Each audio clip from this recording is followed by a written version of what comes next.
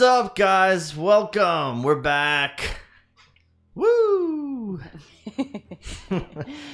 I think we're gonna have the best. Oh no! Knock on wood. Best quality stream ever in every aspect. We've upgraded our tech. We shouldn't have any more drops, and we have amazing surprises and treats and for everybody today. Our special guest today is going to be Brian Flynn. I'm super excited to bring him in a minute. We also, obviously, we're going to drop the new Werewolf print, Awaken ye Wretched Werewolf. And then after that, I'm going to show you guys some older linoleums that I've done over the past few years that are like Halloween themed. And some stuff that I printed very rarely, didn't print at all.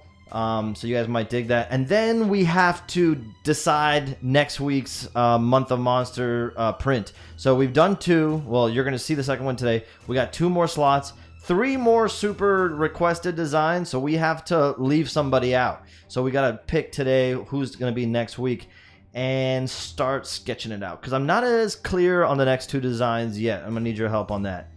All right, so before we get into it, guys, click like and subscribe on the channel if you haven't yet. And I think that's it. I think that's all the YouTube things that they need to do, right? Yes. Like, subscribe, comment, notification bell or something. It's our YouTube homework. That's what we to let you know. And we're going to drop the link for the print here. So just so you guys know, it'll be in the chat just like last time. A super secret link. All right. Without further ado, remember what we're going to do? We're going to go to that secret scene and show the pictures. Oh, God. Let's see. It's going to also show our guests. Oh, okay. Never mind. Let's just do it. We may as well just come in with our guests. Let's just go together. So, without further ado, we're going to bring in our special guest, Mr. Brian Flynn of Super 7. Yay! We need a clap track. This is just like old school Howard Stern. You guys remember when they would clap on the mic like that? It was so good. What's up, Brian? How you doing, Peter? Dude, thanks so much for doing this, man. Last time we teased this on the stream and everybody was super stoked and excited to have you on. And we have a lot of big Super 7 fans in the gang here. And so this is going to be a big fun night for everybody. Well, I hope I don't wreck it. Before we start, I want to say that in honor of tonight, I had been eyeing these for a while and I finally just pulled the trigger. Gabby and I are big Halloween buffs. And so we got ourselves a couple of Halloween buckets from Super 7. We got the Creature and we got the Crimson Ghost. And I just can't recommend these enough. Even if you don't ever go trick-or-treating again, these things look so freaking rad set up in my studio here. So just a shout out on that. I know you didn't come in here to plug stuff, but I just want to hype this up. I love it so much. So, and there's so many more designs. Sorry? Yeah, that was one of the things for me where I was like, how come the only thing we've had for the past 40 years is a pumpkin? Like, really? That's a good point. We can have other things. That's a good point. So and you also, go say it again? Yeah. So let's make them. Yeah, exactly. Well, that seems to be like the mantra for Super 7 in general, right? That's actually your motto, right? That's part of the manifesto, yeah. No one made what we wanted, so we made it ourselves. It's just such an amazing thing to have at the forefront of your mind when you're operating a company, because at the end of the day, you can only make what you think is cool and hope that people dig it. You can't second guess what everybody's going to dig. And it just so happens that you are exactly coming up with what people really want and really dig. And it hits a nostalgic nerve that no one's really duplicated. So kudos on that. Oh, thanks. Trying not to make it shitty. You know, one of the things I wanted to ask you, we spoke a little bit before coming on the stream, is, one of my favorite things about Super 7 is how you yourself are like a ceremonial spokesperson for the brand. In it so much as you do like the commercials and you do all the interviews that you can do and all that. And you are now iconic as part of Super 7. All the while you're running the company and you're, doing all the behind the scenes stuff. What is that like running both those titles, so to speak? I don't know so much that it's about, running the titles or whatever else. I mean, the reality is how it kind of started is just no different than this. I like talking, I'm making the stuff I want. I like talking about it. There's nobody else that's really volunteering to be like, oh yeah, let me jump out and do that. And, so it sort of defaults back to me because like, oh, we're making this stuff. Let me go do it. And so sort of almost by accident, to your degree, I've become sort of this mascot for the company almost, which is kind of funny, but it's also just more that it's just, I don't know, I don't mind talking about the stuff I make, and I'm coming from the same exact world as all of us, which is like I just happen to be the fan that got lucky that my company, people overnight success, like 15 years later, it was overnight.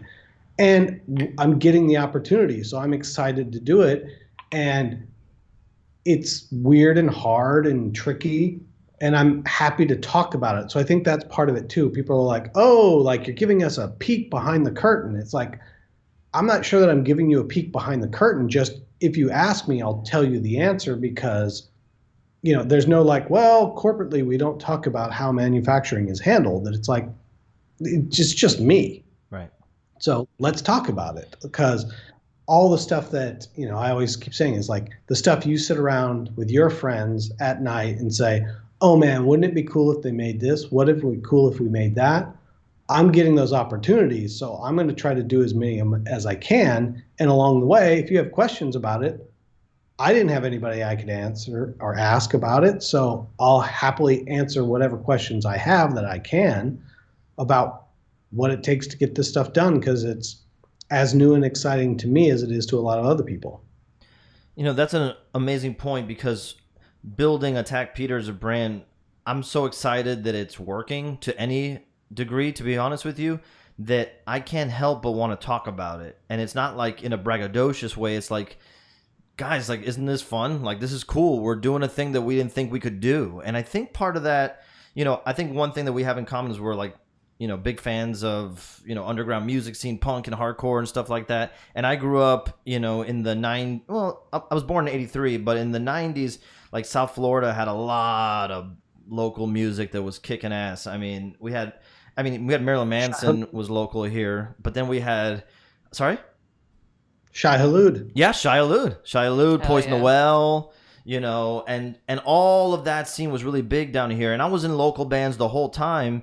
And so as a sophomore in high school, from that moment, I was always thinking, how do I get my band on the next big gig? Like, what band do I have to befriend? How do I have to impress them with my music? How do I get on the bill? All this stuff. And it kind of like turned me into an outgoing entrepreneur, which I didn't think about back then, but it kind of formed me in that way, to the point where like at 19 years old, we had a record deal with Roadrunner Records.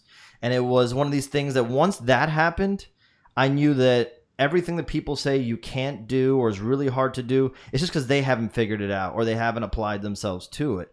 But the mentality of coming up in the world of local music and underground bands, do you think that had anything to do with your mentality? Because it totally did with mine. Like, set your goal, no pun intended, Civ, shout out. Shout out Civ. Yeah. And figure out, like, reverse engineer, how do you get there? Who do you have to network with? Who is a good person to associate with? And hone your craft, like, be good, right? Mm-hmm. And do you feel like that affected in any way? Because that's how I learned it. 100% coming out of punk, hardcore, and skateboarding was exactly how all this stuff happened. And I've talked about it a bunch. For me, we've got a little bit of an age gap, and I don't want to, I'm going to get into the gray beard version of it versus the no gray beard version of it. You got one or two. That's not the same. The side where the grays are. That's the secret. Yeah, because I got into skateboarding and punk in '84, so that's when it was starting to sort of come out of its shell again after dying in the early '80s. And it started, picking up in 85, 86. By the time you get to, and that's really when the sort of second generation of American punk hardcore bands are all breaking up. They all break up in like 84, 83, 84. Some make it to 85. And so 84, 85, 86 is when the next generation starts getting back together for the bands that become big when punk and skateboarding sort of blow up again in 88 and 89 and 90. But at that time, there's only 8 of you that are going to go to this show or do whatever. So if you want anything, you have to do it yourself. And so it wasn't a matter of expecting something to happen. It just wasn't a reality. So if you want to have a show, or your friend wants to put out a demo tape, or you want to put out a 7-inch or make a zine, well, then you need to go do it because there's nobody else to do it. So that sort of, there's a thing that happens, which what you're leaning into, which is most people are waiting for somebody to ask them to begin. And I'm going to make a series of bad analogies because that's mostly what I do in my whole life. Is, it's like the guy at work that's feeling underappreciated, and he's like, well, I'm going to get a new boss, and they're going to see how good of an employee I really am and promote me, or they're going to see my genius. And it's like nobody's ever going to do any of those things for you. You have to go do it yourself. If you want to go put out the record, just go start putting out records. And over time, you'll become the guy that puts out records. Same thing. So there was never, ever an idea that you would make money at any of this stuff. So the premise for all the things that I worked on in the 80s, if you will, whether any of that was, it was all predicated on the premise of break even, which is, so for example, we're going to put out a 7-inch, my friend's band, right? We're going to press 500 7-inches. They're going to cost us $2 each, plus it's going to be $500 to record. That's $1,500. Okay, how do I sell the math? That's math from late 80s, not early 80s. But it's like, okay, at $5 a 7-inch, I have to sell 300 7-inches. So if I can sell 300 7-inches, I got all my money back to make the next record, and I got these records for free. Right. Like, if we can do that, we win. To the point actually is, if you tell me I can get 500 records and I can sell 250 of them and I lose $150, a lot of people are like, oh, this completely failed. I'm like, if you told me for $150 I could release a 7-inch, why wouldn't I do that? Exactly. And I can take the other 250 and recycle them, throw them in the trash. It doesn't matter. I won. Yeah. I got the record out. I won, and it only cost me $150. Holy moly, I would do that all day long. And so many people look at that as like, oh man, we pressed 500. We only sold 300 of them. 200 of them are sitting in my basement. This was a complete failure. And it's like, you won. You got all your money back in the record for free. You won. So there's a perspective on it, and secondly, an expectation. But more than anything, it's just like no one was going to do it, so you have to start making it. So I'm not going to go through 20 years of making independent records or whatever, but it's like even when we started the magazines, when we started Super 7, which was a magazine in 2000, came out in 2001, it was predicated like an old punk zine, which was like, it's going to cost us $5,000 to print this magazine. So can I get 10 people to take out an ad for $250, and can I sell 500 copies at $5? If I can do that, that's $5,000, and we break even, magazine's out for free. There was never an expectation that the magazine was going to be popular or successful because it's a magazine about Japanese toys. Like, we're talking about a very niche audience. It was the onset of digital photography. I knew I was working as a designer. I knew how to do digital pre-press, so we could make it look like a nice magazine. And in turn, it was more successful than we anticipated, but it was never done with the predication that it was going to be something big. And so I think that's part of it. If you go into it with the expectation of making the thing and getting it out and sharing it with the world as the goal, any success that comes from it is gravy. And so many people go into it of just like, oh man, we printed 5,000 magazines. I sold 500 copies. We barely broke even. There's 4,500 in my basement. This was a complete and utter failure. That's a very divergent point of view from, I sold 500. I got all $5,000 back. I can print another issue and I won. Yeah. Like I can do I got this in front of 500 people that paid for it. How awesome is that? And I think what drives that mentality is the idea that you just love this so much you want to share it. Yeah. You know, you just want to be a part of the energy that's going on around this.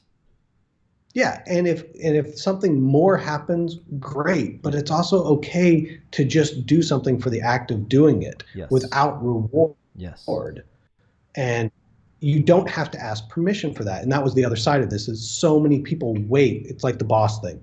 So many people wait for somebody else to say, oh man, you know, Peter, you should really make a print of that. Yeah. Or, oh, you should totally do that. It's like, maybe they'll pay for it. It's like, why should anybody else do anything? They're not going to do anything for you because they're still trying to figure out how they get home from work tonight and their kid's sick and they got they're not going to do anything like that. You have to go just make your own future. Yeah. And if you start making your own future, people come over. For us, when I made my first toy, I had no idea how to make a toy. I was just trying to make a toy because I wanted to. And it was okay. It did all right. We did all right. Then we did the next one, and that led to the next one. And some worked okay, some didn't. Some that we thought were going to be, oh, this one's going to really sell, you know, tanked. Some that we thought were going to tank, but we just made them anyways, did really well. You never know. And then all of a sudden, you know, X amount of years after that, all of a sudden people are coming to me because I'm the guy that makes toys. Right. I didn't, I'm not the, I guess I'm now the guy that makes toys, but it's not like that's how I started or I had a degree or I had anything that anybody else didn't have. I just started to do it. And if you know, it's that sort of old adage, the more you do a thing, that's when you become a thing. Yeah. Like you don't have to, there isn't a bar to clear to become a skater. You just start skating. And if you love it, you're a skater. That's it. Doesn't matter what anybody else thinks. You either are or you aren't. And in this world, it's like, yeah, I'm the guy that makes toys, but it's not like I had to like get a check mark from somebody else. I just started making my shit. And sooner or later, other people were like, oh, that's the guy that, yeah, he's made like a bunch of toys. Yeah, I love that. And that's it. Super inspiring. And I'm so happy to hear you articulate that and have people hear that because, and I'm sure you've said as much before in the past, but it's something that when I was kind of coming up along the way, I would get a lot of encouragement that I wasn't asking for, but, you know, people who were kind enough to cheer you on and all that. But there was a ton of energy that was like, you know, if you go and try to make your own way to a certain extent, being a little audacious or being a risk taker or kind of like vouching for yourself or, you know what I mean? Like being your own champion to an extent. There was like a taboo around that with some of the artists that I was coming up around. And it was like, oh, you don't want to go ask such and such company if they want to work with you. You need to wait for them to come to you. And I understand that there's a little bit of a balance to that, but I feel like if you're making kick-ass stuff, you're working your ass off and you're honest with what you do and you say, okay, I think I'm at a point where I'm not embarrassed to show what I'm doing to someone else. And I feel like I'm bringing value to the table. If I approach so-and-so with such company and say, hey, do you want to do something? They can tell me no, and I'm okay with that. But they could also say, yeah, and that would be awesome. And that could kickstart things. And I think it's important for people to hear that you have to kind of like get in the arena and start doing, right? Yeah, I mean, there's sort of two sides to that, which is you never want to be the guy that's just like destroying people, right? Like sliding into like every single person on the planet's DMs, trying, you know, just like, oh God, like, but at the same time, what's the worst? I say this all the time. Well, what's the worst that can happen? Go ask them. Go ask somebody if they want to do something. The worst that can happen is they don't answer you or say no. Right. And if they say no, has your life changed? Has your world changed in any since the place that you were at? Right. It doesn't affect your life at all. Yeah. But they might say yes. And you never know. You ask the question. And I look at it differently in that where it's like, I never sort of worried about, like you mentioned a little bit of like, oh, talk to this person or aligning with the right people. We never did that. Like there's definitely people where it's like, oh, that's the cool guy and you should go hang out with him. And it's like, yeah, but he's a jerk. So well, that's what I meant. I meant like don't align with people who are negative, like energy vampires going to bring you down. Like align with the hard workers. Yeah, that's the thing is like, and that's always one of those things where you talk about like, for us, like when people that work for us say, hey, oh, I've got a friend over here that might work out for this new job we're looking for. It's like I always take that recommendation first, because somebody that gets the work done, even if they're buddies with somebody, isn't going to recommend somebody that doesn't get the work done. And the people that get the work done are the important people, and they're usually not the person that's center stage always. I feel like I've digressed and I've derailed myself completely and like gone off this, but it's the thing is like, what do you have to lose? Yeah. Why so many people they're going to just say no. Yeah. Okay. So they say no. Yeah. What is how does that affect you? Maybe it bums you out, but the reality is if they say no, it doesn't change your life one iota. Yeah. Like if you work at McDonald's, flipping fries at the drive-thru and you ask, 100 people at the drive-thru if they've got a better job for you, they might say no. But there might be one guy that's like, that's interesting. I got a roofing company. Yeah. You want to check that out? That's it. Maybe it'll work. I don't know. Maybe it won't. But you give yourself the opportunity to have somebody say yes, versus if you never ask, you will never have the opportunity for them to say yes. And people are waiting for that magical moment for that person to just happen upon you. And I will use the bad analogy, which is probably not 100% true, but like I had no idea you existed, but you got on a plane, you went to decon, you set up, I walked by your booth and was like, oh my God, this guy's amazing. Like, how do we work with you? And we haven't done a ton of stuff together, but it was still the same thing. Like you put yourself in the position to allow yourself to have the success. Yeah. You said, look, I'm going to spend my money. I'm going to fly across the country and set up at this thing. Maybe nothing happens. Maybe it all goes to crap. Maybe we lose all our money and it took us 6 months to save up. But you also gave yourself the chance for somebody, us, you mentioned Sideshow earlier, and a ton of other people to show up and be like, oh my God, look at how awesome this is. How many people bought prints from you at that show that never even knew you existed before that day? Yeah. Because if I remember right, I think talking to you there, you were like, this is the best show we've ever had. It's the best show we've ever had, and the first time we had ever left Florida. And I was taking a shit the whole way on the plane. Like, I didn't know how to get over there. I didn't know what I was going to do. I didn't know anybody really. And I met so many friends, people who I now consider friends and acquaintances in the industry. And then because I just went over there and I was like, I'm just happy to be here. Honestly, I was happy to be on the same floor with folks like you guys. I met James Groman there. I mean, it was just awesome. Yep. It was a great experience. And that's the whole thing. It's like you put in the effort to give yourself the opportunity to succeed. And it might have been a thing that maybe not much happened that year. But would you have come back the next year? Yeah. And the next year? Maybe so. And then sooner or later it works. I mean, for Super 7, we had modicums of success, but 15 years of it was, 3 people. So it's 20 years now, but the first 15 was just 3 people. That's nuts. So, when people are like, oh man, they're huge. And it's like, they've been doing this forever. And it's like, well, 15 years of it was just the 3 of us sort of grinding it out. So wild. But we were having fun, making the stuff we wanted. I've made more toys than I care to count because I like making toys. Yeah. Well, speaking of those toys, I wanted to show a few of them off in our, Month of Monsters theme here. And folks, I mean, I'm sure the vast majority of you are familiar with this stuff, but I picked out a few that were like some classics that are my favorite and some brand new stuff that blew my mind just this week. So My love, if you would go to the Super 7 pics. There we go. So here's our the logo for Super 7. Good. Let's. There's a beautiful picture of Brian that someone totally froze from a video. That's someone exactly. with you. Exactly. It's almost exactly. But the cool thing about this picture, look at that background. And by the way, that kick-ass shirt. We have color brands in common, brand colors in common. The orange and black thing. I love that. Halloween. Yeah.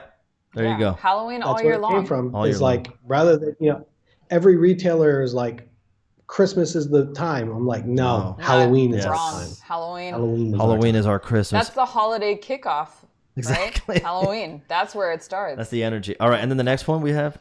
Okay. So this picture is hilarious. And Brian, it's from your Instagram where you're holding the Snake Mountain box. And yes, guys, there's so much about Super 7 in this one picture. Not only, Brian's there and he's holding the box for this incredible achievement, really is what it is, but just the fact that it's so gigantic, it's almost like taking over, this massive undertaking is literal in this case. I've seen you talk about a bunch about this in different interviews, so I don't want to belabor it, but for folks who don't know, you guys completely redid Snake Mountain, right? We made a version of Snake Mountain that is in scale to the Ultimates figures. So other than possibly the USS Flag, it is easily the largest playset ever made. Flag is longer, but it is nowhere near as tall. I mean, this thing it's preposterously massive. And people are like, why is it so big? And it's like, okay, with Snake Mountain, the gate at the top, Skeletor has to walk through it. So everything has to be proportional to that gate. And when you take it down, it's stupid big. And it took us 18 months to do it, but we did it. The best thing I heard someone say about it was in an interview you gave recently. They said something like, well, I have a space reserved for it. I'm like, can you imagine? like people that are shifting their lives around for this thing. It's like a baby being born. That's amazing. The chat wants to know, Brian. It's a commitment to space at your house if you're going to want this thing. Because that's it in the box, unassembled, is the smallest it will ever be. That's crazy. So that box is the smallest it will ever be. Oh my God. What were you saying, Gabby? Oh, the chat wants to know how tall Brian is, because based for on scale with the photo. Yeah. The funniest part about that photo really was the amount of comments about how small my ankles and feet are. Oh, that's rude. It's the best.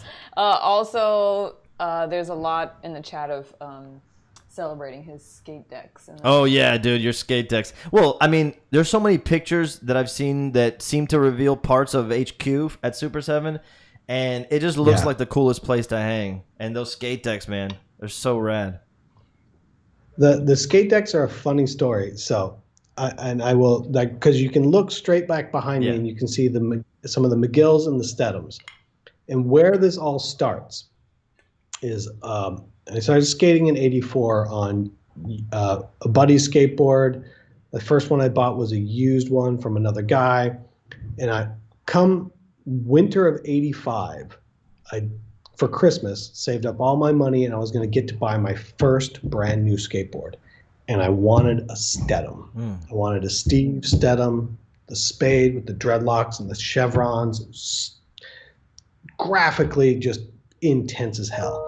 And I went to the skate shop in San Antonio, a place called Zulu's that was maybe 10 by 10, maybe had 15, 20 skateboards total for sale.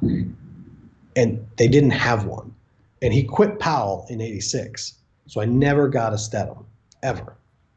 And then, bought Tom Groholski Heavy Metal instead, blah, blah, blah. So summer of 1990, I'm in Florida, actually, not in Texas, and I'm skating this kid's mini ramp. And it's like 3 PM, we're sweating, so you all go into the garage to cool off in the shade. And I look over, and there is a fluorescent orange Stedham just laying on its side, like skated like 3 times. So I'm like, and at this point, that thing is a bona fide antique. And I'm like, what is that? And he's like, oh man, it's my older brother's old board. I was like, I will give you $20 for that board right now. And the kid couldn't give me that board fast enough because, no concave weighs 800 pounds, all that other stuff, right? And I hung that board on my wall in 1990. So I hung that Steadham up in 1990, and I still have it to this day. And since then, it's always been like whenever I would find old boards, it was like, get it, hang it up. For me, that's what I learned how to draw. I learned how to draw copying skate graphics and punk rock record covers, but mostly skate graphics, because a lot of punk records weren't always drawings, they were photos or design. But I learned how to draw by copying VCJ, copying Pusshead, copying Jim Phillips, copying John Lucero. Like, that's how I learned how to draw. So for me, the skateboards are like this was my, not only did I love skateboarding, but the visuals of skateboarding were just as important. And that's why I collect all the old skateboards. I love it. That's a long aside. Well, what's funny is like every time I speak to someone who's in this creative industry, there's always something that they collect that I like to kind of like highlight, because the way you spoke about those boards indicates that the fact that they're more than what they are. In other words, you probably have a story of some kind with many of the boards, if not all of them, and they become these charged totems. Like, you see them and you probably get a jolt out of them. I feel the same way. I have old toys that way. I mean, I feel, even a new toy that comes out, but it's just an incredible sculpt, incredible paint. It just makes me want to make stuff, and they charge me up like caffeine would or something. And so I love hearing folks talk about that. Talk like that about their stuff, because it kind of elevates it all. So I appreciate that. And so the next pick I have here, okay, speaking of, this pick came across my Instagram, I think yesterday or today, the group shot of the next wave of the TMNT line that has freaking Muckman and Joe Eyeball. Yeah, Joe Eyeball, and also Mondo Gecko I was going to get to. And what I was saying is Mondo Gecko and Muckman, those toys, I used to holster them in my pocket when I would, as a kid. Like, those were like, okay, these are my guys. I'm sticking them in my pocket. Whatever I do today, I can whip them out. Mondo Gecko's there. I was obsessed with those figures. And so the funny thing is, and I can say this about a lot of the Super 7 stuff that's coming out now, you look at it and you're like, yeah, that's exactly how I remember it. And then you go and see the original, and you see how much you kept, how much you paid homage to, but how much you upgraded and elevated. It's almost like when you put a video game in that's a remake of a PS1 game, like Tony Hawk that just came out. If you play Tony Hawk right now, it's like, yeah, exactly how I remember. And then you look at the original, like, oh my God. It's like seeing a 4K version of this stuff. This line is brilliant, man. But this whole TMNT line is brilliant. But I just love the fact that you're playing with the scale. The Muckman's big. That the Turtles and Mondo Gecko are the same scale. I love all that stuff. This thing is... I can't wait to get that Muckman, that Mondo Gecko. I'm going to have them right here on this desk.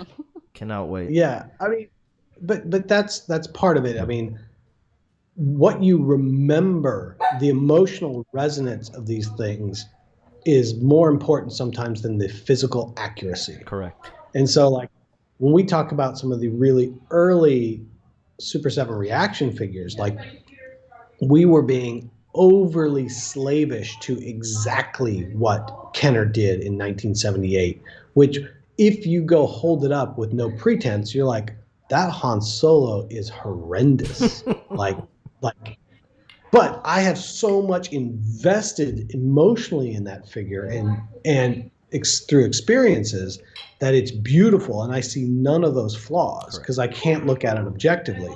But at the same time, if you ask me, even though I technically know what that sculpt looks like, I'm like, oh, that sculpt is perfect. Mm-hmm. Okay. Now I take that level of sculpting and I apply it to something that wasn't made, that you don't have that to, and all of a sudden you're like, God, this looks awful. Mm-hmm. So reaction is always what we jokingly say. It's like, what is the appropriate level of shitty? Like, it's like there's certain things that need to be simplified. There's certain things that need to be reduced, but there's also a lot of things that need to be improved so that it feels like the thing you remember. And that's what's important. So when we're talking about this Turtles line, it's very much like, for me, I talk about that is like the person I'm talking to spent far more time with the toys than they did watching the cartoon or reading the comic book. So we're paying an homage to the toys. I'm trying to make this feel like the toys made you feel and how you remember them in your head, but in the format of something as an adult that you can grasp and hold. When you hold them side by side, then you'll be like, oh, this is how they changed it, like you were saying. But the important part is not, is it technically accurate, but is it emotionally accurate? I was just going to say, dude. I was just going to say that. It's like, I'm looking at it right now as you're talking, and it's fucking me up because I'm like picturing the living room that I played with, 10 houses ago. And I remember the linoleum tile, and I remember we had this like brown floral print couch, and I remember making sure Joe Eyeball doesn't fall out of the trash can, because if he does, I'm not going to find him, and all the TMNT little sidekicks always got lost, and they were just monocolor paint, right? They were just one paint job for the sidekicks. Yeah. Like Wingnut and Screw Loose and all that. Man, I can't wait. Well, anyway, dude, I have to thank you for this line, because it's just so much love in it, so I love it. So I just want to make sure people saw it, because this thing blew my mind on Instagram. I wasn't ready for it. All right. Yeah. What else we got here, B? Oh, yeah. So then here's a picture. Oh, I put this picture on purpose. This is the picture that you guys have on your website that shows the figure next to the accessories. And the reason I wanted to put this up specifically is so people can see the weapons rack that Donatello comes with, and also Casey Jones. So you can see that it's, again, the attention to detail. You probably, I don't know, was it more work to get the exact weapons rack the way it was? Like, so it's all attached? Or was that something... No, we talked about how, like, when you got those as a kid, you got an unpainted weapons rack and that's it. But as an adult, if I just gave you an unpainted weapons rack that you had to clip off the screw, you'd be like, come on, dude. Yeah. So then it's like, okay, well, then we need to make all the weapons, paint them, make them rad. But the emotional reaction is to the unpainted weapons rack. So we're going to make both. I love it. You're going to get all the weapons painted so that you can play and pose with them the way you expect to and what you want as an adult. But emotionally, I'm also going to be like, here is the unpainted weapon rack version of it too, so that, yes, this is the thing that makes it go, oh my God, that's what I had when I was a kid. I love it. Now I'm emotionally invested as well as mentally invested. It's too good. I met someone at DesignerCon 2 years ago. God, his name escapes me. I'm so embarrassed. But he was one of the designers and sculptors on the TMNT line. In fact, he showed me his sketches for the third Bug Ride-On. So there was the Mosquito. Is this Scott Hensey? Say again? Scott Hensey? No. There's a short guy. He has Turtle Milk Studios is like his Instagram handle or something like that. Oh, okay. But I'll figure it out. But anyway, he has his sketches from when he was working on like these figures that never got made. He has the original clay sculpts. You know those big ride-on figures, the bee and the mosquito? There was like a third one that he had sketched out. It's so crazy, man. I'll share his profile with you. You might get a kick out of it. It's good stuff. All right. Oh, I'm familiar. Oh, okay. All right. So so now let's get to the theme of tonight. I put up the classic Universal Monsters figures here, and this is like that group shot you have with the smog and the backdrop from the website. I love this so much. And looking at this, I was just thinking, can you imagine going to Toys R Us and you could get a G.I. Joe, you could get a Star Wars figure, and you could also get the monsters in the same scale? How fun that would be to have them all hanging out. This is great stuff. Well, for those of us that were able to buy Remco figures, you could. Oh, okay. That's before me. Now you dated yourself. Yeah. Oh, yeah. Well, that's true. I'm kidding. But yeah, I had Remco 3 3/4 Universal Monsters. Oh, okay. As a kid. Enough. I love them. They're so good. I had Dracula and I had Creature. I didn't have the other ones. I didn't know they made them till years later, but I had Dracula and Creature as a kid. So they could fight Luke Skywalker. I love that. And the other great thing, and the next pick that you were getting to be, go to it. The packaging that you guys do for these figures is insane. Not to mention the coffin stuff that you did that was like a limited release, but even these painted, they look like Basil Gogo's paintings, but they're are they? No. These are but it is totally meant to look like a Basil Gogo's Famous Monsters of Filmland cover. I love it. That is the intent. Is this who? So Bags 43 is an artist friend of mine that he works with you guys. Yes. Is this his work? I know he did the Army of Darkness stuff. He did the Army of Darkness. No, these are done by Ed Repka. Oh, okay. They're beautiful, man. He knocked it out of the park. But I put up this picture here again, not so people think that we're hawking stuff. I just want to make sure people can see exactly what's going on. Oh, B, can you check my my camera here? They can still hear my audio, but my camera over here. But for me, that's the same thing. Yeah. I don't know. For me, it's like when I think of those monsters, it was like those famous monsters of Filmland paintings are what make it for me. They're the coolest and most iconic paintings ever. So it's like I want our stuff to feel like that. Absolutely, I love it. No, we're good. Difficulties? No, we're good. I mean, my camera froze, but you're good, and I can still hear and we can talk. But anyway, so here there's also these. The masks are up here, and that's another thing. So I have to admit, I don't know the origins of these masks. I know they're old school. You guys brought them back, so they're like readily available. But was that something that you had to like? I don't know. Was that something that was easy to be able to bring back? Was there like a lot of entanglement? Nobody cared. This was so hard, but when you go back, like all through even the late 50s, but all through the 60s, all through the 70s, and even into the early 80s, the only Halloween costume there was plastic mask and then the sort of screen printed jumpsuit. And so, we wanted to just bring back more of that stuff. We wanted to do that. And it took us years to figure out how to make it, to get it to work. And, it's a thing. Like if you grew up on it and you remember those masks and how much they overheat your face and they don't breathe and whatever, you're like, it's the same thing. Like, oh my God, this is the thing I wish I could have found when I was a kid. And they look so cool on the wall, just hung up amongst other artwork. It's so good. Yeah, they turned out phenomenal. And obviously we've done a couple more and we've got a bunch more planned. I love it. So tonight we're dropping a Wolfman print, a werewolf print. Don't sue, please. A werewolf print. And so I pulled up some of the werewolf stuff you guys have. So if you go to the next slide, I pulled up the actual the werewolf the Wolfman figure. You guys did the blister pack figure and the mask side by side. So guys, if you're those of you in the chat watching live, if you're in the mood and you're hyped up after all the werewolf talk coming up, go to the Super 7 shop, treat yourself. It's like they're the place to be for Halloween. You have plenty of time to get Christmas stuff later for Christmas and all that. But and all the stuff is super, super reasonably priced, I have to say. I indulged quite a bit when I went up last time. So treat yourselves to some good stuff here. We have some chat questions. Oh, we have some chat questions. Okay, before we wrap this up, let's see what the chat has to say. Okay, so let's start with Brian. Could Casey come with the unproduced Playmate unmasked head? I don't know if you can hear me, so you might have to repeat it. Oh, Brian, did you hear Gabby? I cannot hear Gabby Okay. at She all. said, can Casey Jones at some point come with the unmasked head from Playmates?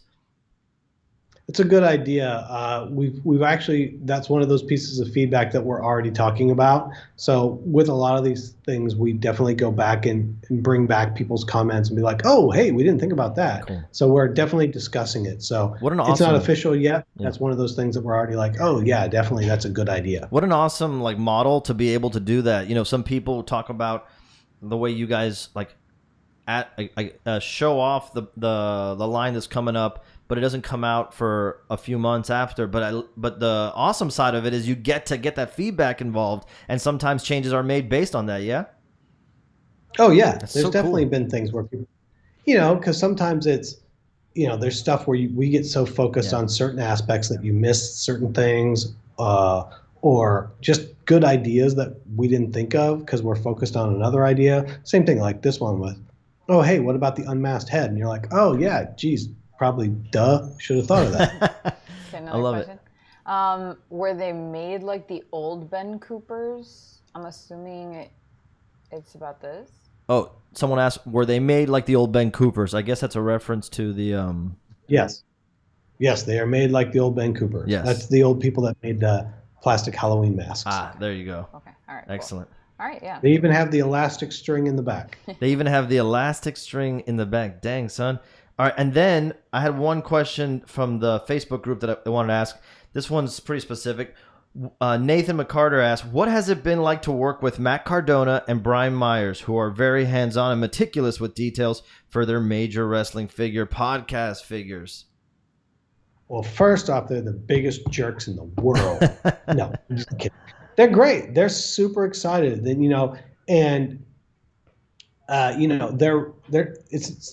hands-on isn't so much the right word, is more like involved. They're super involved in the production of their figure, which is great because I can tell you as a fan that they're doing the exact same thing, which is like, oh my God, we're getting to make our own figures. I want to know about this. I want to know about this. Can you show me this? It's like, I'm happy to bring in any of those guys to as much of the process as they want to see because it's fun and exciting. So I get excited because they're excited because, I don't want to say I'm jaded, but it's like, it's more routine to me. And then you remember, oh wait, this isn't routine. This is really rad. Like when you hear them get excited about it. And so, yeah, it's been great because all along the way, they're like, oh, what about this? What about this? And we're like, yeah, because we're constantly improving the figure then. And improving it is always better than the old version. I love that. Now, before we get into our quick rapid fire questions and I release you back into the wild of California, I once heard you say, or we spoke about, I forgot where it came up, that the origins of the name Super 7 is an homage to Ultra 7.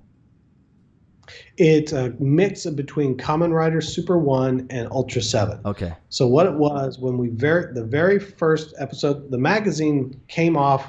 There's a book published by Chronicle in 2000 called So Crazy Japanese Toys. That was done by Jimbo Madison. In that book is about 45% Mark Nagata's collection, 45% my collection, and 10% some stuff that Jimbo had. But Jimbo did all the photography. It was Jimbo's book. We just provided the stuff. After the book was done, Chronicle was like, hey, we want another book. And Jimbo was like, I don't have another book in me. Do you guys want to do it? And I said, I don't want to do it. But I would be willing to do a magazine, which is Super 7. Right. And so at that time, since we were partnering together, we were trying to find a name to call the magazine. And I really liked the sort of, when you went to Japan, how they would take English words that just sounded good together and put them together. Like there was a streetwear shop down in Santa Monica called Indigo Flower, but it was, they were just like, I like the connotations and the way these words sound, and I would put them together without necessarily ascribing meaning to it. It was a very phonetic sort of world. So we were trying to figure out a way, and one of the things I was saying was like, how is this a melding of my collection and Mark's collection? Mark is an Ultraman completist, and I was more kaiju and tokusatsu. So one of the Ultraman is Ultra 7. One of the Kamen Riders is Kamen Rider Super 1 from the tokusatsu series. And for me, that was the first talking vinyl I had ever got, was the Ozen Kamen Rider Super 1. And so I was just taking all sorts of different names and putting them together. And at one point it was Super 1 and Ultra 7. I was like, oh, what if it's Ultra 1 or Super 7? And I was like, oh, Super 7 sounds really good. Yeah. There's a nice alliteration to it. It has some of our Japanese roots in it. It speaks to his collection and my collection. But, it was just sort of playful. And then it was just like, okay, that's cool. Like, we don't need to get any deeper on it. It sounds cool. That's fun. Let's run with that. A lot of people want to do a lot deeper dive into what it could mean or anything. And I hate to say that it doesn't have deeper meaning than that, but it was simply just a reflection of who the people involved were, what their interests were, and at that time. And then my follow-up to that is, will we ever see Super 7 Ultraman figures in the future? Is there any Ultraman, Ultra 7? Somebody else just got the license from Ultraman, but we're working on trying to finalize a deal for a different property that's in the same world. Oh, awesome, dude. I love that. Okay, we'll leave it there. By the way, that was an exclusive. So go to the papers, go to all the websites with that. Yeah. All right. So before I let you go, quick questions. 5 quick questions. Lightning round. Okay. Fast. Okay, because I feel like you're the person that can do this. If anybody can do this, sir, you can. All right. Quickly. Favorite Halloween candy? Candy corn. Oh, damn, son. That was the next question. The follow-up was stance on candy corn. Is it candy? Is it filler? Yes, it's candy. No. It's full of sugar. I'm with you. Expect? This is what people are saying in the streets. There's people rioting everywhere about candy corn now. I was kicked out of my family for liking that's candy not corn. a candy. It's in the How can name, you candy claim corn. It's in the name. I'm going to send you a picture someone posted, unless you've seen it already, of a pizza that was baked with all the candy corn on it. And the candy corn like created a mesh like cheese layer over. It's insane. Delicious. All right. Next one. Maybe. Favorite. So hold on. Tell me. In that though, what's your stance on those foam peanut garbage? I'm not a fan of it. It doesn't taste like anything. No. It's bad. Gross. It's almost as good as eating those biodegradable corn peanuts you put in the boxes. What's the difference? They're orange? I can see through it. I can see through the corporate lines. Get lumped in sometimes with Halloween candy, and it's a no-go. The other controversial one is the Boston baked beans. No. It's trash. Exactly. Waste of time. Thank you. Trash. You heard it, folks. These are the right opinions. Favorite Halloween costume from your youth that you got to wear that you were like, heck yeah? I for 2 years in a row, I had a Snoopy Ben Cooper costume. So I'm going to go with the Snoopy Ben Cooper because I got photos of myself in it, and I wore it 2 years in a row. So Snoopy Ben Cooper. I love that. We're big Snoopy fans in my family. Growing up, my brother and my mom, hardcore. All right. Favorite, now get ready for this. Favorite non-scary Halloween movie. Non-scary. So, you know. Non-scary Halloween movie? Right. So it doesn't mean it's a scary movie. It's just maybe Halloween themed. Like you have your Hocus Pocus.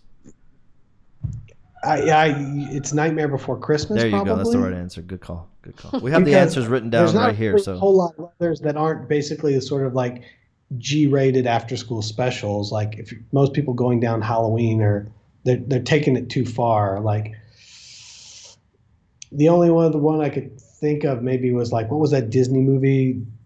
Devil's Mountain. Something. Oh yeah. Well, Hocus Pocus. I don't know Hocus Pocus. To be Oh, honest with you. dude. Sacrilege. Go put it on after this. Right after this, whatever you were doing, cancel it. Just watch Hocus Pocus. You're welcome. All right. It's on Disney Plus, I think, right now. Yeah. Is that I was too old for that when it came out moment? I think even I was, and yet like I came back around to it as an adult. Man, it's pretty fun. It's got like a Necronomicon in it. It's got a version of Necronomicon in it, and it's on Disney Plus. There you go. It's delightful. All right. What movie scared you as a kid? So a scary movie. It doesn't have to be Halloween, but the one that easiest question of the laid you out. Go. Easiest question of the night, longest answer. So my dad was in the military, and we were stationed when I was 6, 7, and 8 years old in Bitburg, Germany, and they had a movie theater on the base, very small, like probably sat 40 people maybe. And on Saturdays at noon, they had a G-rated matinee for kids that was $0.25. And so I would go to the matinees. Two things happened there. One, they would always play PSAs beforehand. And so I'm going to talk about the movie first, then I'm going to talk about the PSA. The movie was Yog, Monster from Space. Oh, cool, man. Gezero, Toho. And so the opening of the movie, you see Yog comes up, grabs the ship, smashes it in half, people fall into the water. Then they pan to the beach, and the guy washes up on the beach, right? He stands up, looks around, and then runs off. And they pan to Yog in the sea, and you see his eye looking around, like sees the guy running off.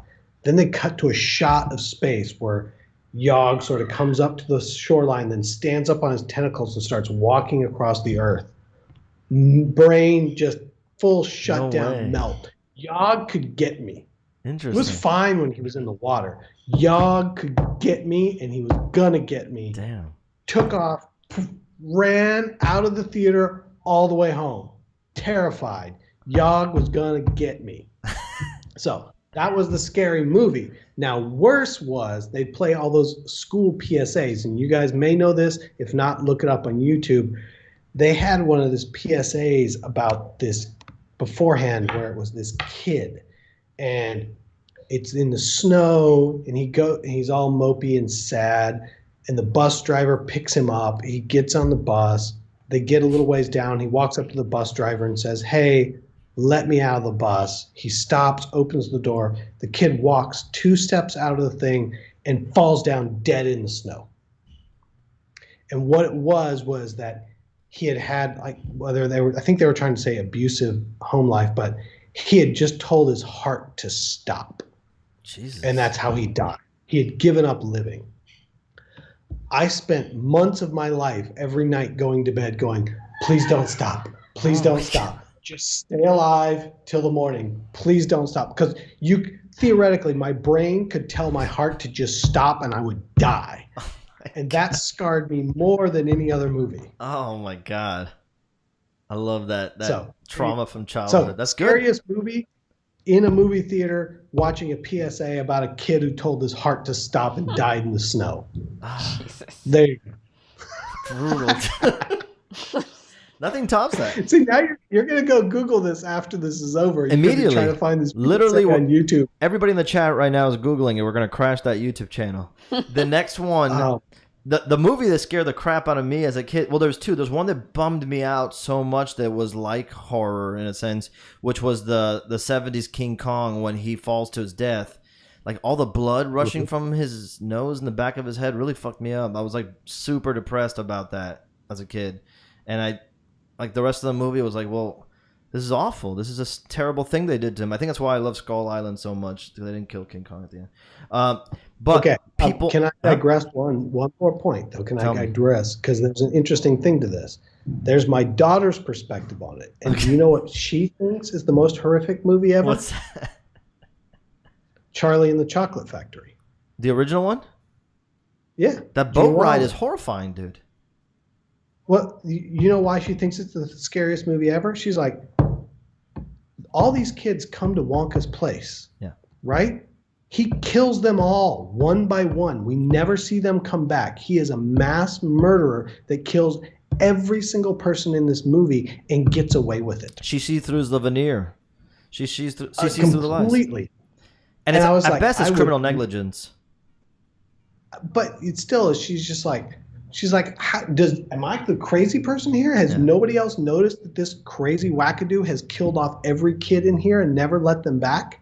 I'm just like, I've never seen that perspective in this movie my whole life, and I love this movie. And now it's like, wow, that makes sense. Well, there was something about movies back then. She's terrified of that movie. Like, we literally, like, there's a chocolate factory across town in San Francisco, and we drove by it once, and Dora was like, "Check out the chocolate factory." She was like, "Oh, hell no. No. And Slugworth was terrifying too. That's a wild movie, man, to go back now as an adult and think that you saw this as a kid. All right, and the last one, and I'm going to let you go after this. I'm taking too much of your time. I'm going to let you go.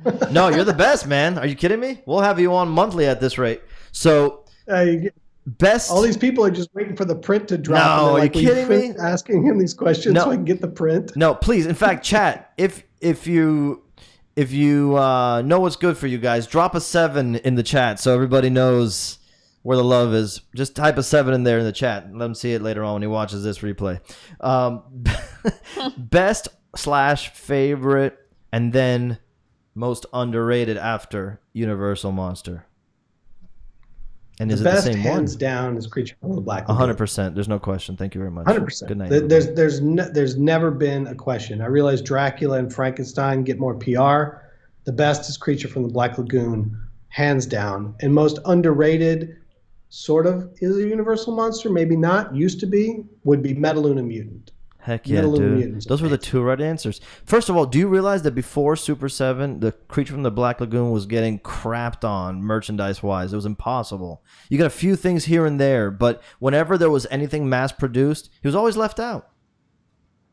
I think that tide started to turn a little bit before us, but it's one of those things where, people, if you're not a monster collector and you're making product, you know, Dracula and Frankenstein are the biggest two names, and then quite honestly, a lot of them go to Bride as third, Wolfman fourth. Maybe you get to Mummy, and that's also what Universal always used to put. Right. You know, like here's the airbrush pictures of the monsters. The Creature just seemed like a deeper cut, but if you collected monsters and you knew about monsters, you knew that for monster collectors, he is the number one. The best, dude. You know, Creature is the one. He is the most unique and the most original, and the design of him is so stunningly done that it's one of those things where you're not like, oh, you know, we need to reinvent Dracula, maybe give him a different outfit. How many times have you reinvented Frankenstein? With Creature, you're just like, it's the Creature. Like, there's no place to improve upon this design. No, there's the Creature and there's Abe Sapien. Abe, you know, he's a nice homage. Yeah. But it's still not the Creature from Lagoon. I'm such a fan. I eat my cereal out of this every morning. I want you to understand that. You're such a liar. Oh okay. All right. With the tag still on? Well, I wanted to like show it in all its Super 7 goodness. It's mint in box. Right. Mint out of box. All right. It's plastic bag. But yeah. Brian. Metaluna Mute should get its love, but doesn't. I agree with that 100%. Brian, thank you so much, dude. I can't thank you enough. This has been awesome. Best episode yet, guys. The chat is lighting up with sevens. Everybody's 7 key has been look at that. smashed. Look at that. Amazing. And folks, he's not here for his health, okay? He doesn't need to be on my show. He's a great dude. Make sure you support. If you already are a fan of Super 7, then feel good about it because you know you're supporting a great dude, a great company. They really care, and it's obvious when you see the work they put out. It's amazing stuff. Brian, thanks so much, man. I tell everybody where to find you, but I feel like they know. But just in case, where do you want people to find you? Where do you want people to send you those DMs that we were talking about early, begging to work with you?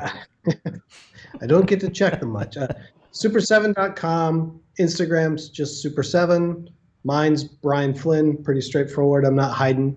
But also just want to say, not that I didn't earlier, but here, once again, congratulations to all your success. It is all well-deserved, and it comes from your hard work and talent. And so for everybody watching this, like, Peter's the real deal, and he's a great dude. And I'm always excited to see you continuing to do more and more cool things in your world. Thanks, so congratulations to you for all your success, and for Gabby, who I know is the brains of the operation. Oh, more than that. She's the human. Are you kidding me? She's the human in the operation? Yeah, like, I mean, like, people like, who the hell is this guy? And then thank God, Gabby, please go talk to them. I can't. Yeah. Thanks, man. I appreciate it. All right, guys. Yay, Brian. Yeah, clap it up for Brian. Am I supposed to technically just hang up now? Yes. You can if you want. Yeah, yeah. We're going to switch back, so you'll be off screen. But you can hang or you can go. It's all good, but I love you. Now it's time for everybody to get their print, right? That's right. Thanks, man. I appreciate it, dude. Talk soon, man. All right. How cool is that, man? This show just keeps getting better and better, and it's like an awesome excuse to get rad people like that to come and talk and hang. Yes, and while I get my camera back, yes. Okay. So Halloween music. Oh, yeah. So, okay, you guys. Wow, that was awesome. Without further ado, I want to reveal. Can you put the Halloween music? I did. It's just taking forever to come in. You're the best, babe. I love you. I'm sorry. I love you too. You're the best. I'll start singing that. Ding, ding, ding, ding. Oh, you know what I learned actually the other day? That the music comes on before we think it does. When I watch the playback back, really? Like it's probably already on right now. It's already on and blasting. Yes, exactly. Why don't we hear it then? All right, so I want to show. I don't know why we don't hear it. I want to show. This is the lino cut, the final carved lino cut of the Wretched Werewolf. So, if you guys didn't know, I was gonna do these as handmade prints, and then two things happened. Number one, I'm working on something super top secret right now, and it's preventing me from doing too many handmade prints right now. That's an honest answer. But number two, the silver lining, because I was kind of bummed out about it. We almost didn't do the whole campaign at all. Number two is, are you sure the music's on? Because I don't hear anything. Dude, it's on. It's not lit at all. It's not litty, is what you're saying. Hold on, I'm gonna bump it up. Bump it might get really loud, and no one's gonna hear you. So get ready. That's okay. I just like the hype. I like the hype too. I don't know why it's not working. So the other reason is we had an opportunity by doing screen prints to. I hear it now, B. Oh, I hear it. It's low. And that's how you have it high. I do. I have it higher than I usually have it. The opportunity when we did screen prints is we got to use a bunch of cool colors and textures, and it kind of gave that retro Halloween vibe that honestly is an homage to the masks that Brian was talking about at Super 7's producing now. So it has a little bit extra flavor and character that you can't get. Well, you could if you. There's Gabby. Gabby can. Woo! Put your ring light for maximum litness. Hold on. And so that's the truth about it. We're only going to do 50, guys. Now, there are still 2 Salty Sea Devils left in the shop. I believe there's only 2 left. I believe that after you see the Wretched Werewolf, some people are going to be like, okay, I want this set. And they're going to go back and get those 2. But just saying, there's only 2 of them. Let us reveal, my love. My love, it's a separate scene. I'm trying to get my. No, I know. I'm just telling you so you know. Together because I wasn't ready to be on camera. My hair is not. Oh, it's girl problems. Aren't you glad that you have a shaved head? Okay, what am I looking for? There's a scene that says werewolf reveal or something like that. Print reveal. Premiere? Yes, premiere. Are you ready? No, not yet. Ready? No, we're not. Before ready. we do, guys, before I forget, go on Instagram and shout out Brian at some point after the stream or during or tomorrow, whatever. Show him some love because that guy is busy AF and he did not have to do that, and it was so freaking nice of him and to be so generous with those stories and those answers. I freaking love it. Anyway, okay, reveal. Ready? Are you ready? Are we ready? Is everyone ready? I'm ready. We're ready. Okay, here we go. The reveal. Boom, son. Look at that, dude. Dude, that looks awesome. Isn't that cool, man? I love that color. The colors are cool, right? Is that the color I picked? You did pick this, my love. I mean, I always approve. Yes. Double approve. Yes. Backup approve. But yeah, this is when we picked. So good. So this is the this is called Awaken, Ye Wretched Werewolf, and so we designed it. Well, I did the. Well, I'm thinking about like the whole process, but I drew it out with the intention to pay a little bit of homage to the Wolfman, but try to make it something different still, and have some of that block print vibe to it. And then we were live on Instagram one day. I was working out because last stream got cut off short, and so at that point I decided to start taking questions and getting feedback from everybody. Brian Ewing was on the Instagram live and said, dude, you should put Wolfsbane, the flower, around the collar. So it's kind of like the way in the Salty Sea Devil has these tentacles. This one has Wolfsbane to kind of like frame it. And then I put a couple silver bullets at the bottom and the stars to represent the nighttime. I was trying to put a moon in there somewhere, but... Sorry, I'm trying to bring you in it's all here good. So that people can see you bragging about your wolf. Not bragging. But my original idea was to put the moon in where the skull was, but then I'm like, I just want the skull to connect all throughout, so I hope you guys forgive. There's no moon on this one. But yeah, shout out to Eric at Skybound who helped put this together as well. Big time help, man. I can't thank you enough. I love you, dude.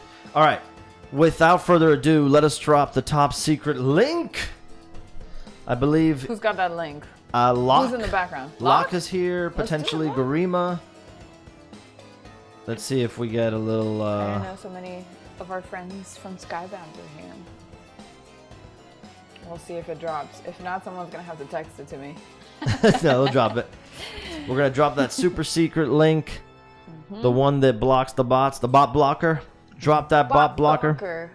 What do you guys think about the print, by the way? There it is, secret link. You guys digging it? I can't see the chat. Secret link. Let's see. It me Johnny. Oh, Johnny. Johnny's son, Johnny Odell. Thanks, Johnny. Johnny to the rescue, because I definitely was not prepared. And Garima's in here too. Woo! What up? The whole Skybound team is here. That's heck yeah. It is dropped. Brianna Novinsky, what up? Cole Oh, Colt is here. Colt is always here. Colt's the real one. Colt, our brother from another mother. Heck yeah.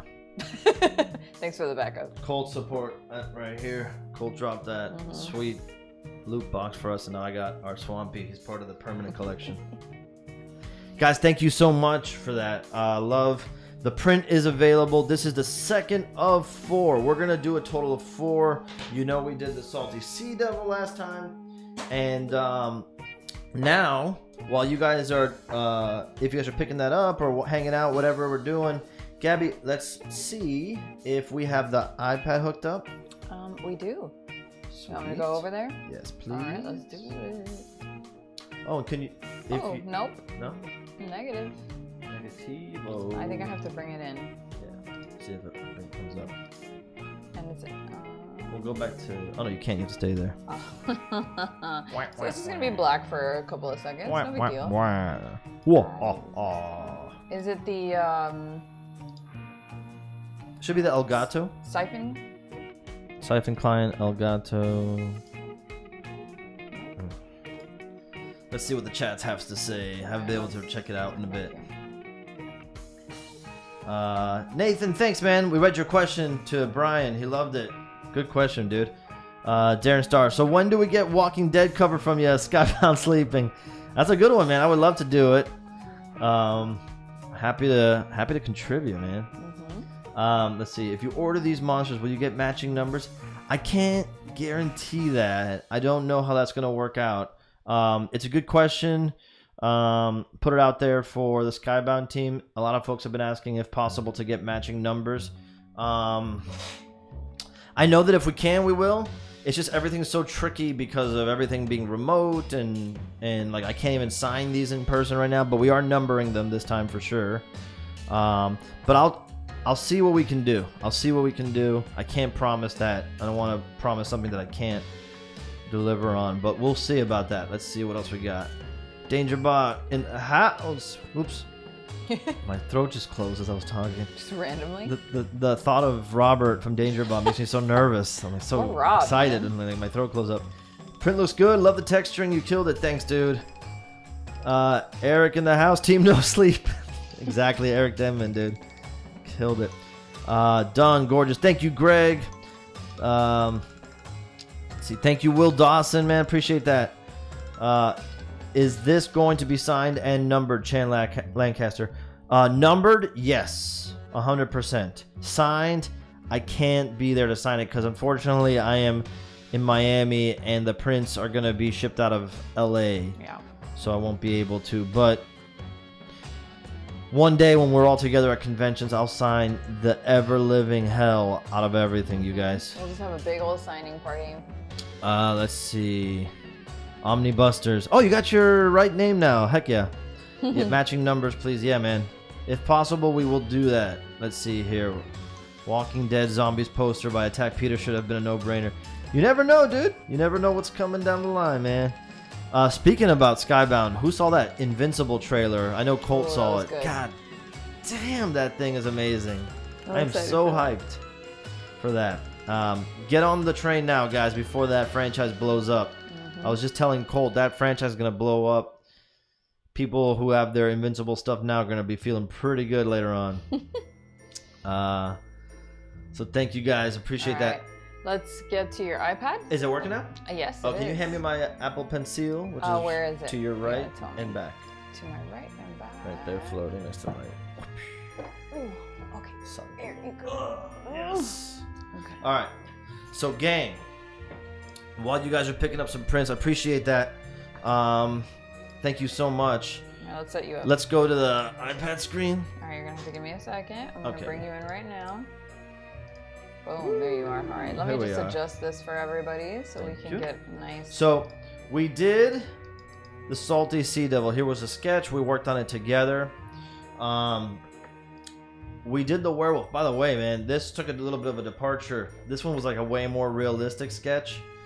And as I was working on it, I'm like, I feel like it doesn't have the vibe, the spirit of the style of work that I usually do. So it kind of morphed and evolved as I was going along with it, and it became more of like a carved look to it, which I'm so happy, because I was worried about that, to be honest with you. There was a little realistic. Nar, as always, my man. Thanks, Chris Stewart. Thank you, Cameron. Appreciate that. Magic Vector Plan. Yeah, it looked just like the book. Yeah, man. That show looks insane. All right, so we have to talk, you guys. We have choices to make here, and it's about to get really serious in terms of now my okay. Oh. Okay. All right. Continue. Okay. Settle down. All right. Everybody calm down. All right. So we have 2 slots left, you guys. And we have at least 3 potential monsters to work on. And I know that might get tricky. So we did our creature homage. We did our werewolf homage.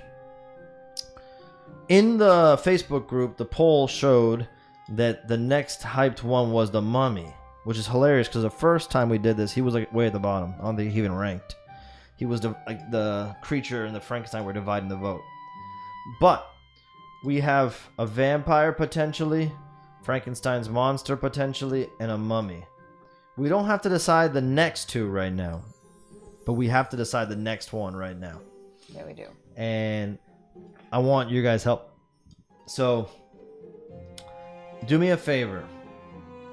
If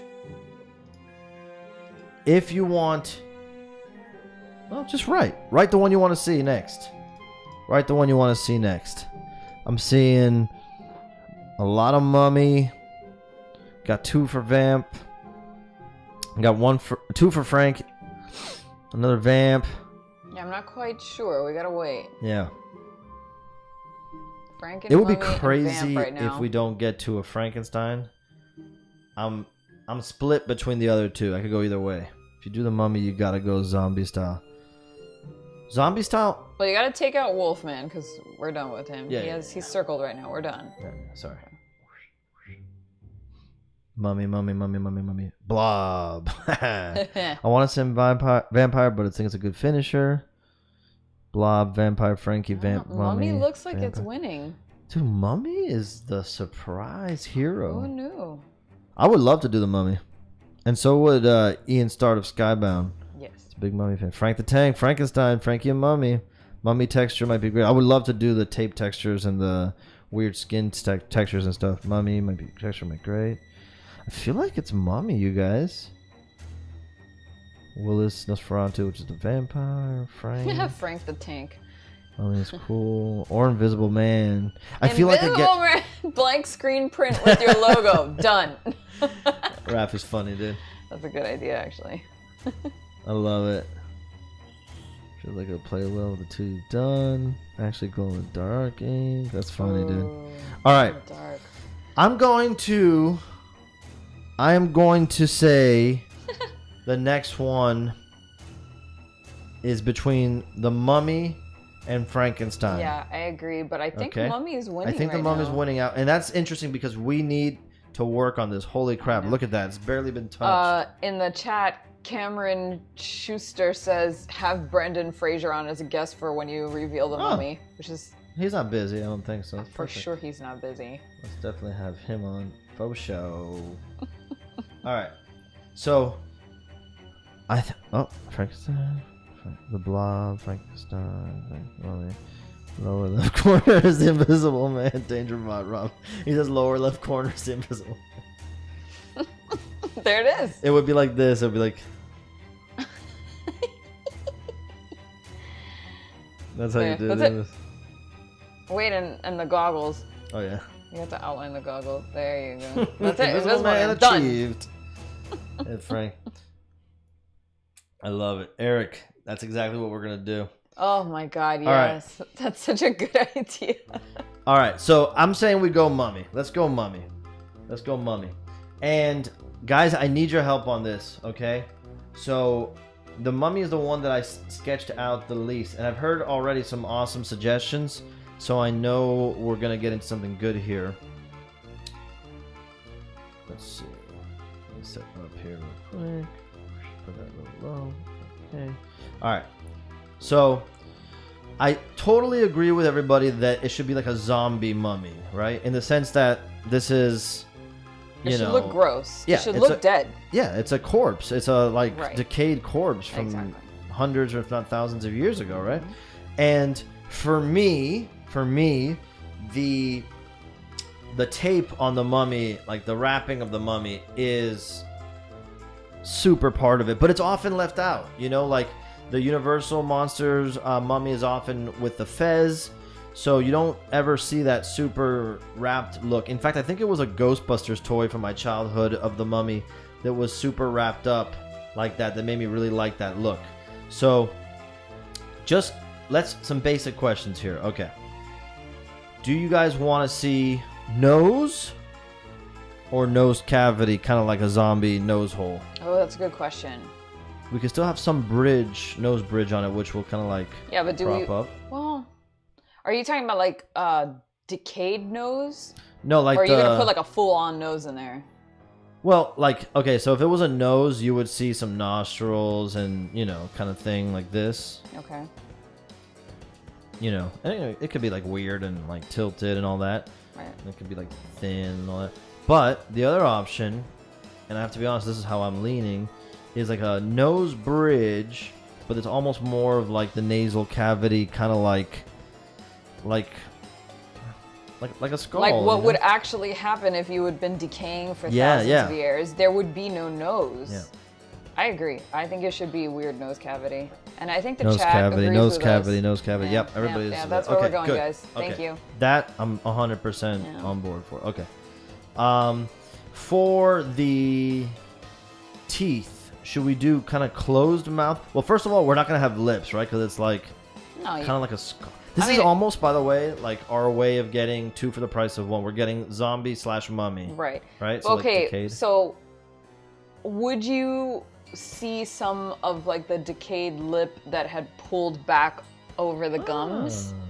So like kind of like right. Like this kind of thing. Yeah, because I think like the lip meat on corpses kind of like shrivels up like jerky. Yeah. And just sort of recedes up over the gum line. So it doesn't like rot away like the nose. It kind of still stays there. Which what do you guys think about that? I like that a lot. Yeah. I like that. Chat hasn't caught it up yet, but... Darkman mouth. Yeah, pretty much, man. Shout out Darkman. What a great movie if you guys haven't seen it.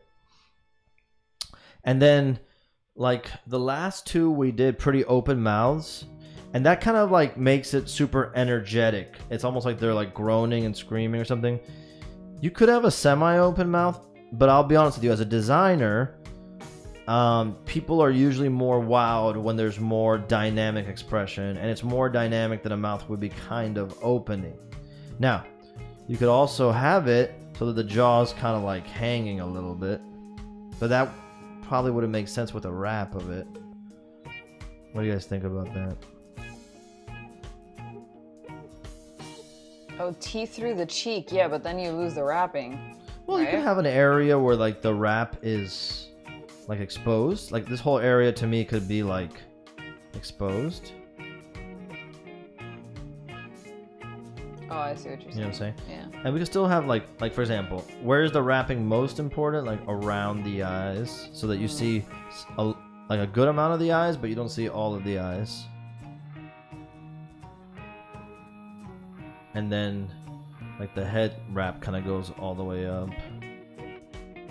See, this is gonna look really good as a print because you get to play with like the dark tape underneath, the stuff above. You can have little tears and stuff. By the way, with this one, guess what we should use as like a little accessory around it? Little flies. Oh yeah. Right? 100%. And then let's see. Would it make sense to put like a scarab somewhere? I was just gonna say that, like maybe because we have to have a framing device around here of some kind. Oh well, then when I guess you could work it into the frame. Kind of like you work the bullets and stuff into the Wolfman. Yeah. So like I would probably still keep the skull just for uniformity for a series, right? And then we could put a couple of scarabs here, right? Potentially, we could move them, but if we just kept them there, right? And they have their little open wings, maybe. Cookie Monster knows. Once the cartilage rots, the jaw separates. Yep.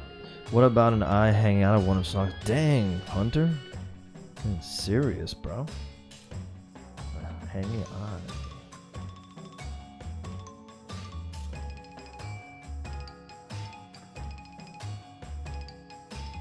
Oh. Yeah, I'm working on it. So the idea is that the framing device around the mummy is important. So like I said before, I could use some suggestions there. What would we put around him? Like a pyramid? Someone said that's a good idea too. A hood like Mum Ra would be rad. That would be rad, but would it be Mum Ra at that point? That happens to me a lot when I'm coming up with ideas. I'm like, oh, we should do this like that and that like this. And I'm like, yeah, but then it becomes that. And then it's tricky to go back and separate that. But it is true, though. Like, Mum Ra is one of the single greatest designs of all time. And in no short part because of the hood. That thing is awesome. Eye of Horus is a good idea. So, yeah, something here would be, let me see, something here that kind of, something in this general.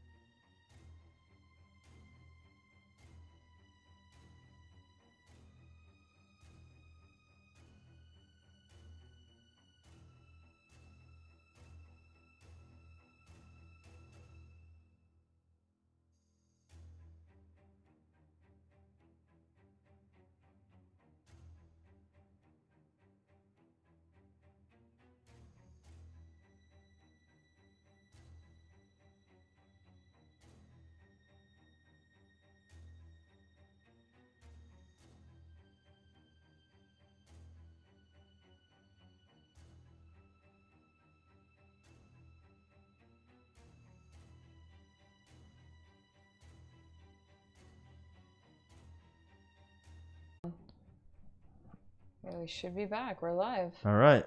Let's hope this works. Hope. It looks like chat's back up. Chat's up. Let me know if we're back, y'all. Just keep on drawing. Sounds good. Woo! Finally, man. All right. Oh, you guys, one of these days we're going to have a perfect stream. But that was pretty good. That was probably the best one yet. Yeah, I agree. That was the best one yet. We went the longest amount of time without having a complete meltdown. Yeah. I can't believe we had a guest for that long, by the way. Right? Okay, so recap.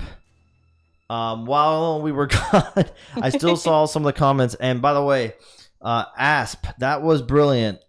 Any opportunity to put a snake in these is great. And shout out, who was that said that again? Let's see. I want to get that person's name. An Asp, Magic Vector Plan. Hell yeah, you rock, dude.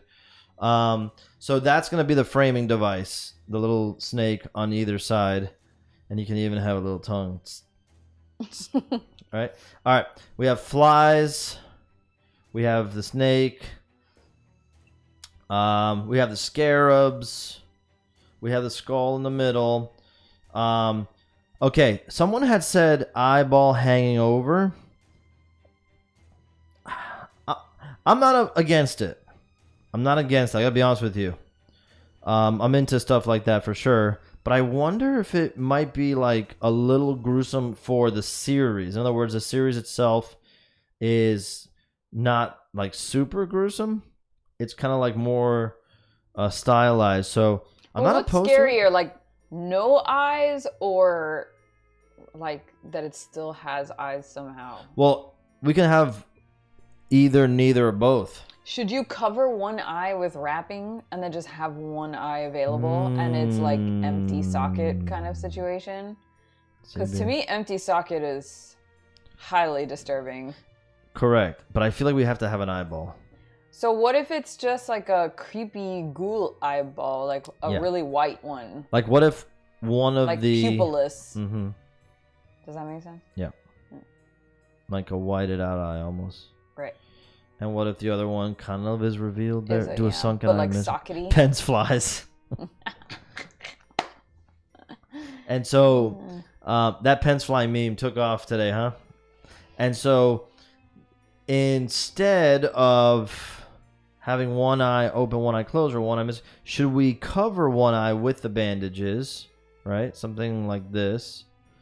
And one eye missing, faint light in the eye sockets. That's kind of cool, man. You guys got great ideas. Fully expect somebody from the chat to start up their own show soon. All right. So I think this one will have the eye in it, right? Yeah. Just, creepy eye. Yeah. It's hard to do something that's creepy and yet cool in like a decorative sense. In other words, could you put up a creepy cool monster print in your house with, a significant other or family member who's not as big of a fan as you are? And how do we pull that off? That's the tricky part. So when I'm working on these, I'm thinking about stuff like that. Like, how do we make it creepy, not like neuter it, not nerf it, and still make it something that you guys could easily hang in your house? That's kind of the part that I think about a lot.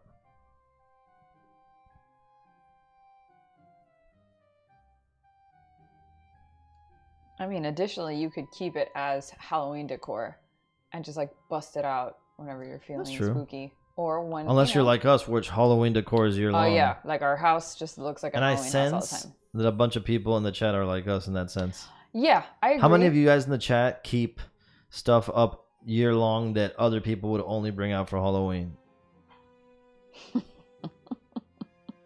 Because Gabby and I were talking, we're in the process of getting a new place and moving and all that. And we were talking about, man, how cool would it be if we just said, F it, YOLO, and made one room in the house strictly dedicated to the Halloween room. Not that it's, Halloween all year long. Skulls are everyday deco. Hell yeah, Halloween is a year-long event. Yep, Yeah, 100%. Willis Lucero says, you tell them to leave. You tell them to leave. I agree. Leave the house. Oh, you don't like it? Bye then. You don't have to be here, especially now. Go home. Social distance yourself away from my Halloween house. For sure. I love it, man. And see, there's something to this. We got to figure out the exact ratio of wrapping. But generally, you guys, let me know if you're feeling the idea generally. I'll come on during the week and work on it with you guys. Maybe even tomorrow on Instagram or something. And show you what I'm thinking. But generally, what do you guys think about this idea so far? Like, outside of little details like the position of something or the shape of something, like generally, do you think we're onto something right now? Are we missing anything that's like, oh my god, if you don't include this, you've screwed up, you missed the target? Is there anything like that missing?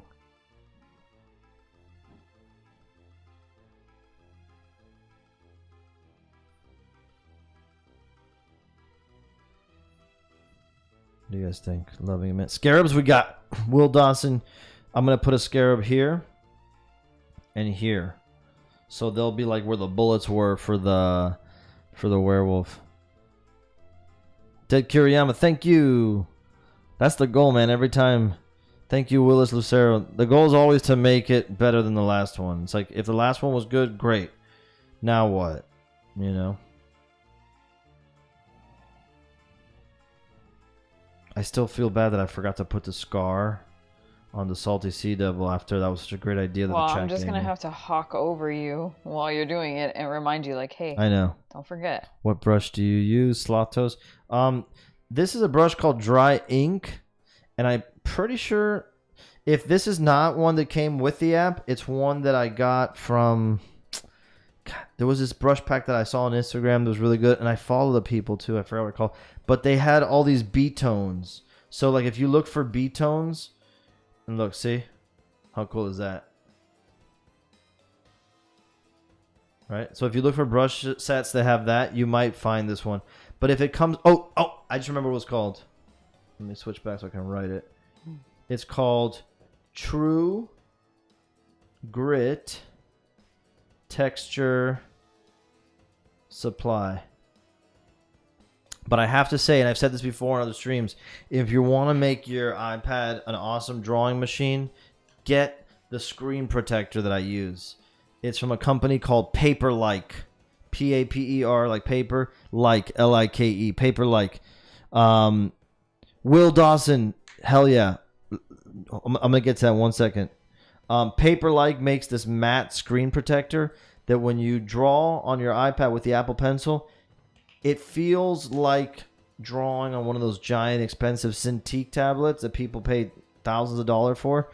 They're amazing. And this is as close as I've ever felt to that. And I've never yearned for one of those again. I used to own one. And it's the most important part of this setup. Paper-Like. They come with 2 in a set in case you screw up putting one on. But it's awesome. Okay, Will Dawson has been telling me about this, and I've been meaning to talk about it. Ooh, I say add gold teeth if... Add gold teeth. Put gold teeth in everything. We could put a gold tooth. Note for Eric Denman, if you're still watching, homie. We gotta add a gold tooth in this boy. Let me just put it right here so I don't forget. Anyway, Will Dawson says, you guys need to try that horrified board game with Universal Monsters in it. It'd be really good this time of year. 100%. It sounds awesome. I think we actually saw it at Target, Will. Is that possible? Is it like a current thing that you can get at a shop, or is it an old school game? Because we saw someone, Eric, because we saw someone, we saw some games at Target the other day, and there was a Universal Monsters one, I think, right, B? Or are you talking about the Disney one, the villains? No, there was one that was like old school monsters. Well, anyway, I don't remember that, but that sounds awesome. Do me a favor. Send it if you're not following Gabby on Instagram, because Gabby's the one who's going to remember this stuff. You can follow me on Instagram. I know, but if you love want, new friends. Yeah, add your Instagram handle into the chat. It's Double Trouble, but it's spelled in a very different kind of way. Very cool and hip kind of way. And we'll tag her or message her that game and the link and all that stuff. I would love to get it, and maybe we could do a stream. Speaking of which, we might be doing some tabletop stuff soon here. Oh my god, yes. Please. Yeah. We need to game. We need to... Well, I'll tell you more. I'll tell you more after. Oh. Yes. Okay. Okay. So it kind of has a good vibe, right, you guys? I like the gold tooth. I know. The gold tooth's like a really good idea. Are you going to actually make that happen in the print? Yeah, why not? I love it. I love it. Wait, did you just give him a frilly collar? Well, I was just doing like wrap. Like okay. Wrap, yeah. I like it though. I like the bridge of the nose kind of peeking out under the wrap. Will Dawson says old man and not on Insta. LOL. Aww, okay. Fair enough. If you have a link that you could put in the chat right now, Will, like from another browser or something, do it and then we'll save it. If not, just message me again and I'll forward it to her. It's my fault. Mm-hmm. But yeah, so what do you think, guys? Another idea I had, let me know what you think about this, is his skin kind of being dark overall. Because he's like this decayed corpse, and it would like, you know what I'm saying? So it would be like that contrasting. Made it 10 times creepier. Cool, right? And it'll still have some texture and all that. But I think this could be good. Should there be a piece of like the wrap like flaring off or something like this? That's kind of cool. But it wouldn't be like flaring. Wouldn't it just be like limply kind of? It could be, yeah, like stuff like that. Yeah, I like that. We could play with that kind of stuff. Can you put some like rips in the bandages themselves so that they look, a little weathered? Yeah. Mhm. Yeah, that looks good. A little texture. Mhm. I like it. And then the eye can be like this. Yeah, I like the creepy white lifeless eyeball. Super creepy. What's going on inside of his mouth? It's just gonna be black. There's no like mummy tongue, right? I was thinking you could just put more flies in there. Right? Gross. Right? Oh, I like it. It's gross though. I don't know if it's one or three, but it's something like that. And then we could have like them flying around. What do you guys think? I like it. I don't know how chat feels about it. But I like the creepiness. Oh, excuse me. I don't know if links will work here, but there it is. You rock, Will. We'll look it up either way. It's a great idea. All right, you guys. The white eye's a good detail. Yeah, it's a little different too, right? Okay. So I think we have some good stuff to work with here. Okay. I'm going to take these notes and start working on it, honestly, tomorrow. So if you guys want, I'll be on Instagram and I'll do some live stuff there, and then I'll post it, and we'll hang, and then I'll share it with Facebook too, or I'll just jump on Facebook and work there for a while with you guys. But if you have any more ideas, post them in the chat, post them in the Facebook group, or post them on get Gabby a Red Bull. Son, we wake up so early. Remember, Gabby's a teacher, you guys. We get up at 6 in the morning? Oh, yeah, remember high school starts at 7:45, like class starts. Will, you think you were old. So I want to say that I had so much fun on this stream today, even with the technical glitch where the whole thing crashed. And it's still glitching again now. It's so much fun. Yeah, well, I love it. It was awesome. I think we have an awesome sketch to work with. The Wretched Werewolf is up on the shop. If anybody wants to post that link again in the chat, unless you can go, B. I don't know if there's still a link. To do what now? To post the link again for anybody. If not, we'll post it somewhere else. Don't worry about it. Yeah. I'll post it again on Instagram and Facebook and all that stuff. But thank you guys for hanging. Thank you guys for picking up one of the new prints. Thank you so much to everybody who got the Salty Sea Devil last time. That was awesome. Mm-hmm. I think they're almost all gone. There might be one or two. What was it? One of my students is in the chat. What's up, Miss Cruz? Jake. Jake Delgado. I like that name, Slatos. Hey, man. How you doing? I really hope you do your work. They have some big projects coming up. They better get to work. It was awesome to have Brian Flynn in here. Yes, absolutely. Right?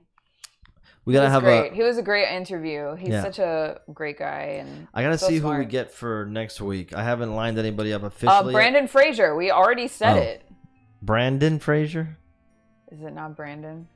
We can get Brandon Fraser. What is his name? Brendan Fraser. We probably can't get, but I guarantee you, there's a Brandon Fraser. It's late, and I've been up for a long time. Oh my god. Anyway, so what I was saying is, we'll have a cool guest hopefully next week. Although I don't have anything guaranteed. I have a couple of things that I think would be fun. One of them that would be super fun if I can get it, and I'll let you guys know about that. But that was awesome. We had fun. We did it. We designed a new monster. We dropped a new print. I think that's it, you guys. That was fun, right? Gabby, anything else? No, I feel like we should wrap it up before our computer sets on fire. We should wrap it up like a mummy. I know, I see us lagging already. All right, you guys. Before the computer collapses, I just want to say I love you. Thank you so much. Remember to smash that like button before you leave. If you're not subscribed. Share this with somebody. Everybody. Share it with someone who doesn't come and hang. Let them know that we do this. It's fun. And we'll talk real soon. Oh, look. Brian Ewing needs a redo. I agree. Oh, we'll bring Brian again for sure. Rob. Rob definitely. Yeah. We'll bring it. We'll bring him back for sure. Those are friends. Those are friends of the show. Yeah, they'll be back soon. I promise. Once we get this situation better, more conducive. All right, you guys. Thank you so much, guys. We love you. Thank you for coming, and we will see you next week with another monster. Peace. Bye. Spooply. Let me find our outro. Okay, bye. Drop frames.